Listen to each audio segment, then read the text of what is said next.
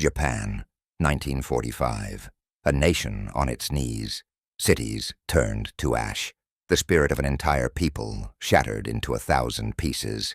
Yet among those ruins, a man returned from hell with a purpose. His name, Dōshin Sō. He carried no weapons, no riches, only a secret, a code, an impossible fusion between the philosophy of Zen Buddhism and the lethality of Shaolin Kung Fu. He called it Shorinji Kempo, and with it, he didn't just train bodies, he forged souls. This is the martial art born from chaos, banned by authorities, persecuted for its spirituality, yet destined to rise again and help shape modern Japan. Today, you'll discover the martial art that united body, mind, and spirit to rebuild a nation. Martial might, where warriors live forever. To understand Shorinji Kempo, we must travel to the end of World War II. Japan had lost everything. Its army, its deified emperor, its identity. The streets were filled with hunger, shame, and despair. Thousands of young men wandered aimlessly, without morals, without hope. And it was in that darkness that Dōshin Sō, a former intelligence agent of the Japanese army, returned from China. For years he had visited Shaolin temples, learning Chinese martial arts like Chuan Fa, studying not just their strikes, but their philosophy. He had seen how monks trained to purify the body and master the mind. He realized that Japan needed more than strength. It needed spirit. But teaching a martial art with Chinese roots in post-war Japan was nearly treason. The occupation government banned everything: martial arts, imperial symbols, even militant Buddhism. So Dōshin Sō began in secret, in the small town of Tadotsu, Kagawa Prefecture. There, in a humble temple, he began teaching a handful of lost youths the path of Shorinji Kempo. Shorinji Kempo was not merely fighting. It was self-defense and self-construction. Dōshin Sō didn't seek to create destroyers, but protectors and builders. His motto was clear: half for oneself, half for others. Every strike, every breath, every movement had a deeper purpose: to strengthen character. Yet beneath its spiritual exterior lay brutal effectiveness. Each technique had been tested in Shaolin temples and adapted to the Japanese body and mindset. It wasn't about memorizing moves, but understanding the principles that made them work. A short kick to shatter balance,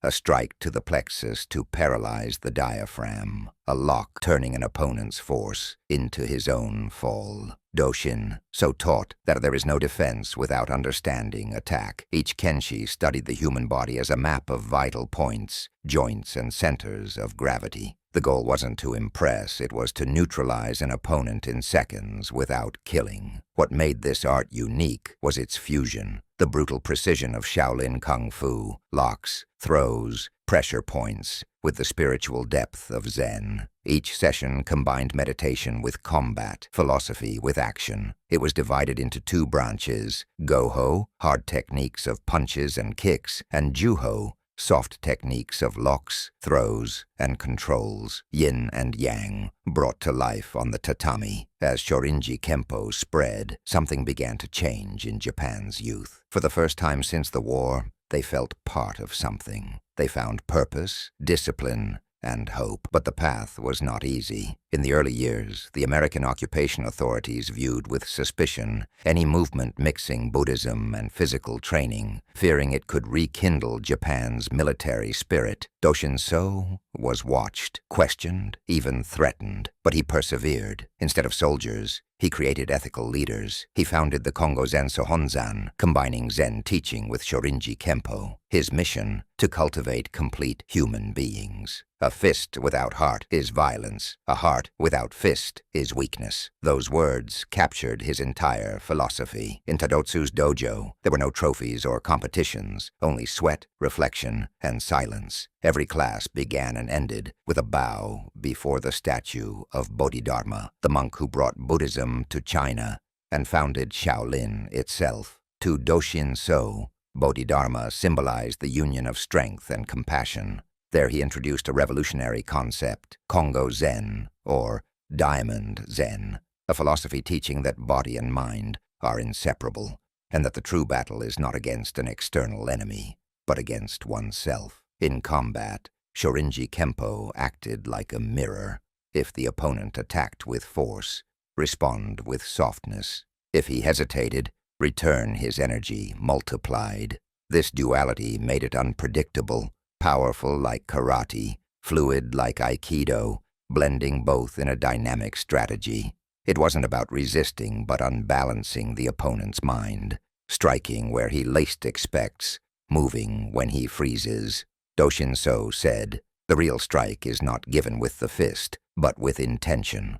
The practitioner learned to master space, distance, and timing, to win a fight before it began. Each student had to battle his own ego, anger, and fear. Only by mastering the inner could one control the outer. It was a radical teaching in an age obsessed with survival, but it worked. Many lost youths found in Shorinji Kempo a path to redemption. Over the years, whispers of its power spread. In real confrontations, Shorinji Kempo practitioners displayed an uncommon balance of control and decisiveness, able to subdue armed aggressors without serious harm, or take down larger opponents using their own momentum. Movements were so short and direct, they seemed invisible. Its power came not from brute force, but from anatomical knowledge and perfect balance. Many called it a modern Japanese kung fu, but those who trained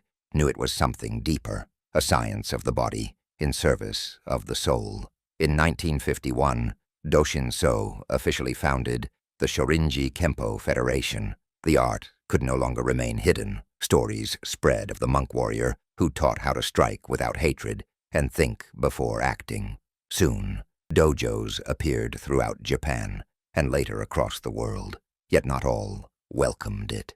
Some traditional karate masters called it heresy, an impure blend of China and Japan.